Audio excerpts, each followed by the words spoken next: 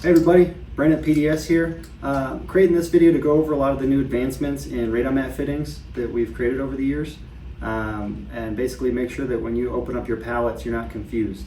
Part of that's on us. We need to update our submittals. That we should have those up to date here in fall of 2025. We've got some old photos on there, but we've been making some tremendous strides to make your life as an installer easier. So please, if you're using our radon mat, check out this video. If the answer is not in this video, it's probably on this channel. So if this is the middle of the night or really early in the morning, you can't get a hold of us, please explore this YouTube channel. We got a lot of answers for you. So you might recognize this old T-riser fitting that we've been using since 2020, or the flat outlet as well. We even have some even older designs. In radon, we're a really small industry, so we've always had to MacGyver things from plumbing. So that all changed when Alpha86 hit the market. Shane Barr, he's a mitigator, he's now a full-time designer, started 3D printing parts and pieces to fit exactly for the radon mitigation installer. So that's why you see these disappearing. For example, this has tabs on there. These tabs get in the way of your 4-inch stack. Make it super wobbly. Doesn't even fit 3-inch. So these risers aren't the best. We do have some adapter pieces that people like and are continuing to use, but the reason this has tabs on there is this was designed to fit corrugated pipe for drainage in other uses, but we're using it as a soil gas collection system, so we're not using this sideways, we're using it up and down. Let's just make things the right way from scratch. So let me go over some of these new advancements. Here we have, yikes. Here we have the new flat outlet, perfect fit to 4-inch Schedule 40. It's got screw holes to secure it. Perfect fit to our radon mat. It's great. You probably never have to use this. We're going to go over the rebar method here in a second, but this is very rarely even needed. Check out our submittals for trench crossings. This is the Easy Riser. This is the absolutely newest version. This is what we're going to be debuting at the end of 2025 and in 2026. The Easy Riser in the past, we've gotten some complaints that they break easily when you're trying to sink a screw in them, especially when it's cold out. So we've done a couple things to mitigate that. One, we've added a bit more material. We've made it, instead of a pull apart like the old riser, this is a twist. Just a counterclockwise twist by about 1/2 inch. There's photos of this on our site. But what you do, you take a simple core saw on our mat. You core through a 5-inch core in diameter where you want to place the riser in the mat. Core through it. This product breaks in half. You put this on the bottom, that on the top, you snap it back together, and it's now affixed to the mat. Now you have these angled placements for the nails, but what we're actually recommending, because most of these are going on jobs with compacted soils, is 9/16 lags. So you can just get a 9/16, screw this in, these all go in at an angle. You could do lags all the way around. But you'll see this really secures it tight to the soil really nicely, especially with the lag. You're not hammering, you're not using a mallet around here, so there's very little risk of you breaking this. Now, the reason that we like the Easy Riser, aside from the fact that it's just mitigator design, it just works, is it works for both your stacks. So most stacks are going to be 4-inch Schedule 40 PVC. For that, it is a female fitting. But a good portion of stacks are 3-inch. So for there, it's a female fitting, the other one it's a male fitting. We've also got, you could secure this with PVC glue or like a silicone sealant, and then we've got screw holes to hold it perfectly in place. So now you've got your riser, it's on the pad, it's screwed in. Now if you want to be extra careful, this might be a larger multifamily HUD job, we're now selling stabilizers. So the stabilizer can go higher up on the pipe, let's say 3 or 4 feet off the ground. It wraps your pipe because you want to stub up so the riser doesn't get buried. That's on my list of common mistakes. This wraps around the pipe. Then you get a piece of rebar. There's a room for a zip tie. Zip tie feeds through here. So you start with zip tying the rebar, and then you get everything plumb with your level exactly the way you want it. Hammer that rebar in. That thing's not going anywhere. So when the concrete actually gets poured, you can keep this perfectly plumb using the stabilizer piece. We got them for 3-inch and 4-inch PVC. So those aren't required, but they are recommended. Big reason people love our mat versus competitor mats. One, this is Build America, Buy America certified, so you support over 50 US jobs when you use a mat that looks like this. But our mat has a geotextile fabric that surrounds it completely. So on jobs where you're not meeting your code requirement, maybe it's a single family home or you're in a state with no requirements, you get to skip the vapor barrier. When you use a lesser mat, a smaller mat, less airflow, you also have to use a vapor barrier. Otherwise, this is just going to fill with concrete. So that's a huge selling point of our mat. Don't forget, we do free takeoffs. radonmat.com, visit our website. We will do a takeoff and get you to the foot and to the penny how many materials you need. The big thing that you got to understand, I'm going to get to in a second, with our mat is footer crossings. That we get confused calls about that all the time. But one last thing, when you're using our radon mat, we recommend securing it to the ground with staples. These staples are really economical and affordable. You can watch my other videos, but if you squeeze them tight, hit them with a rubber mallet, they go in pretty well. On compacted soils, like really tightly compacted soils, large multifamily projects, again, I'm talking, sometimes these staples aren't gonna cut it. They're gonna bend, they're gonna break. So we recommend using maybe one of our nails with or without a washer, but you can hammer that in every few feet. What you're trying to avoid is if you don't secure this to the ground properly and they start pouring concrete, if this is the soil, if this starts floating up, no longer is this a soil gas collector because the concrete is inhibiting the airflow in the pressure field. The concrete is getting in the way of the air being tucked from the soil. So we want concrete on top. That's going to inhibit it from entering the building as much. But on the bottom, we want it to be tight to the soil so that it can collect as much soil gas as possible. That's why it's called soil gas collector matting. So we've got nails, we've got staples, we've got a lot of options to secure it on site. So no, if you're using compacted soil, you might want to get a box of nails. If this is a single family home, it's not compacted, or you're working with gravel, staples are going to save you money. They're going to be great. Footer crossings, got a lot of different options for those. Mitigator designed strong sleeve. This meets figure 5.4 in CC 1000. That's the ANSI ART standard, which is the most commonly used standard for multifamily projects in the country. But really what you need to know for footer crossings is, what does your pad look like when the radon mat gets there? Is your pad compacted and completely level? Great, you don't need anything. If you're going over a load-bearing wall, it's fine. Run the mat straight across. What we're trying to avoid is if this mat sags, goes down a trench, on top of a footer, you could create water traps, and that's going to inhibit or destroy your pressure field extension. And it's going to make certain areas of the pad unable to collect soil gas. So here's the three basically ways you cross a footer. If you are pre-pouring the footers and the footer is going to raise the elevation from the pad, you've got the pad here, the footer is going to be 3 or 4 inches above, that's when you need a strong sleeve.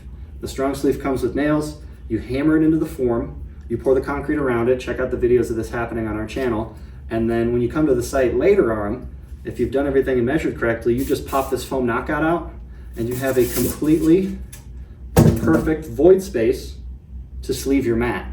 So again, I believe it's figure 5.4 in CC 1000. This is an excellent invention by Jason Meininger of Strong Sleeves and Adaptive Solutions. He's been installing radon mat on huge multifamily projects all over the country. If you need somebody, he's a great guy to call. Wonderful, elegant solution. When you need it, you need it. It's awesome. So make sure you know about that because those fittings do cost money and you don't want to leave that out of your bid. Other options, let's say you arrive to the site, again, everything's level, don't need anything. You have a trench. You're going to cross a trench. Trench is anywhere from 1 foot to 3 feet. What we used to recommend is these products called steel bridges. They looked a little bit like strong sleeves. They were welded. You would sleeve the mat through it. It would provide a very rigid material for the mat to go through so that it wouldn't rip, tear, or sag when they come by dumping concrete into that monopore, into that like waffle slab. We realized that was overkill. We had plenty of mitigators on multifamily projects tell us that they found a better solution with commonly available materials. So no longer are we getting calls where people say, hey, I need 1,000 of these steel bridges and I need them right now. That's a huge headache. That's a lot of expense. We don't want to make your projects more expensive. We just say, hey, go to the local Whitecap, Granger, Home Depot, get some common rebar. Doesn't need to be huge, but cut it to be about 1 foot over either end of that trench. So if you got a 1 foot trench, cut 3 foot sections, sleeve it inside or underneath the mat, tape it, and you create yourself what we call a rebar bridge. It's a very, very affordable option. It's something that you can do in a pinch, and you can do ahead of time, and they're both valid options. It's a lifesaver. So I'll have some photos of this in our submittals.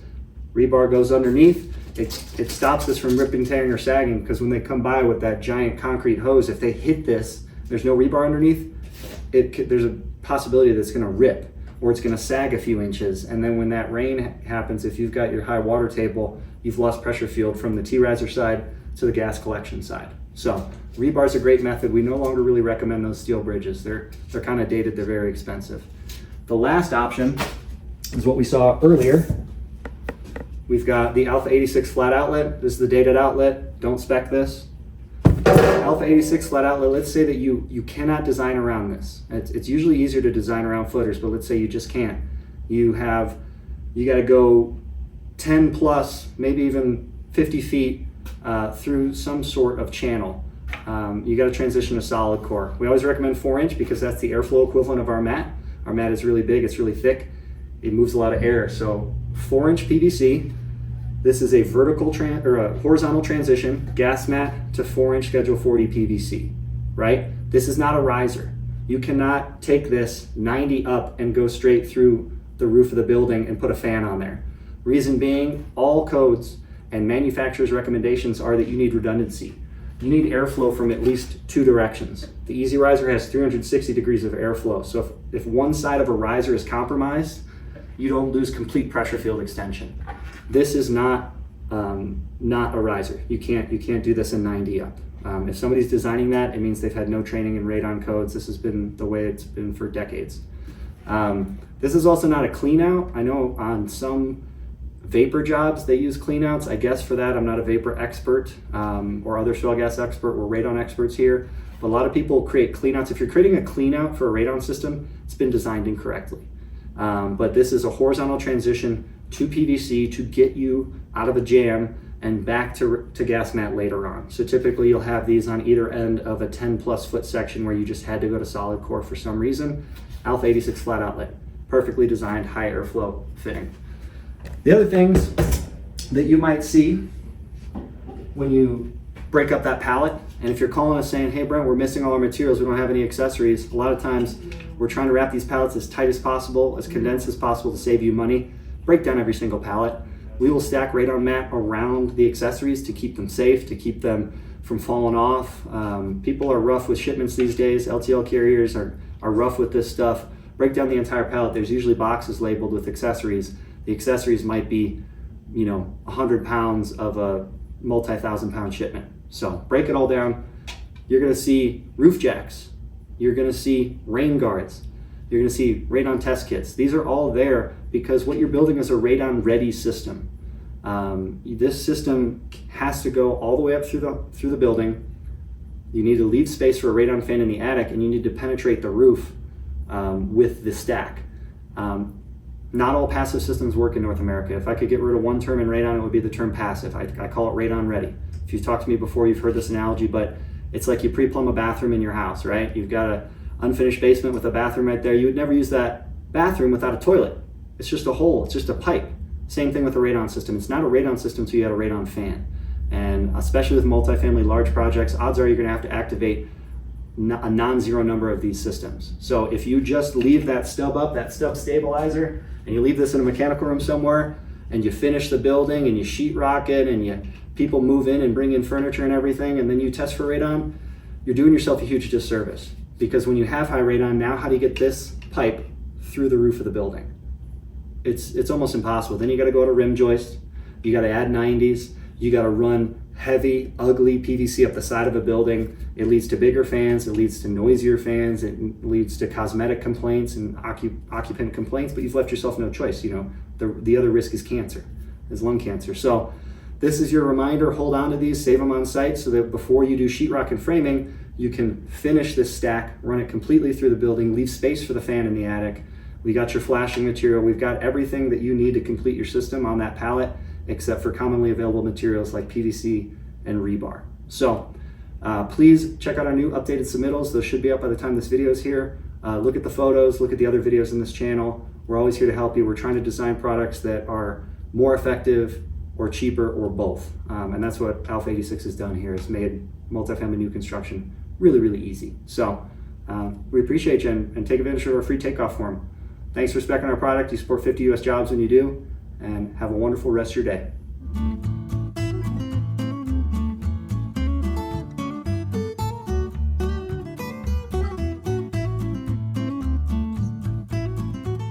All right, everybody, it's Brent at PDS. I'm here with the Breathe Easy crew. We're doing a multifamily job in Colorado Springs, Colorado. And I want to go over our new riser type here. So I got a T-riser. We got 360 degrees of airflow going to this bad boy. What we did is we cored out a 5-inch hole, and then this riser, it just twists on. It's literally that easy. It twists together, and then we've got 9/16 lags that we're going to screw in because this soil is really compacted. And with the lags, it helps you not smash the riser. Whereas nails in the past, we got complaints of the risers being a little bit brittle in cold weather. The lags will secure this to the ground really easily. This bad boy's not even moving with these 2 lags already. So this is the new Easy Riser. This exhausts to 3-inch or 4-inch PVC. Right now we're going to use a 3-inch PVC line. And then we're going to show a stabilizer piece next. So going over the stabilizer one last time, I forgot to mention, stabilizer acts as a great label for a radon system. Plumbers aren't going to tie into this when they see this above. It labels it as radon. But here we got our newest Easy Riser. This is in a chase. There's rebar supporting it with the rebar bridge method. And then here, the Easy Riser flange, you can tape it. You can use PVC glue, you can use silicone, but it's fit to the millimeter, so tape works just fine. And then we got the stabilizer. This is an excellent 3-inch riser. This is gonna be hidden very well in the chase, and everyone's gonna know that it's radon. Nobody's gonna tie into it. So great work by the guys at Breathe Easy in Colorado Springs. Check them out.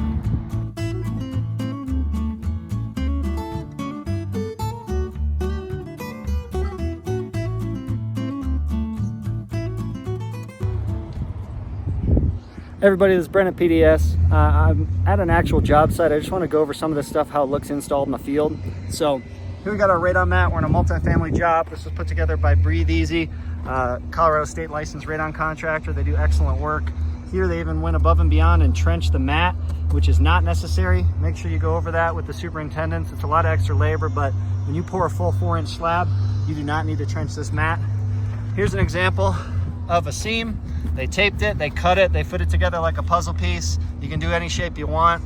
Here, this is a monopore. It's an example of a monopore. What we used to do on these is we used to use flat outlets or steel bridges, but when they pour all the concrete at once, you cannot go radon mat down one side, across and back up the other side, because that's gonna make a water trap. So you gotta go straight across. Now if you go straight across, they pour concrete right over this, it could rip, it could tear, it could sag. So what's your solution?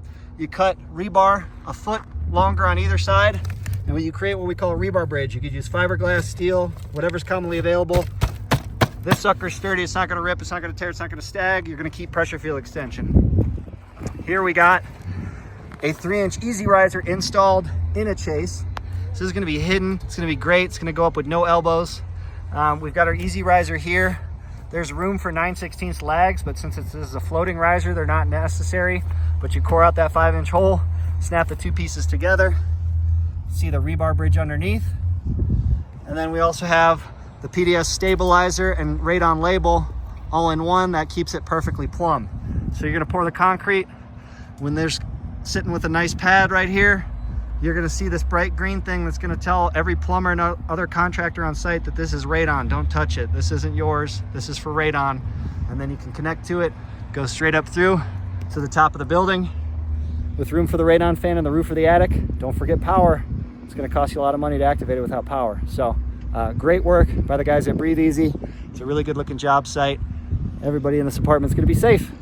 Thanks for building Radon Ready. Buy in America. 50 US jobs going to this product.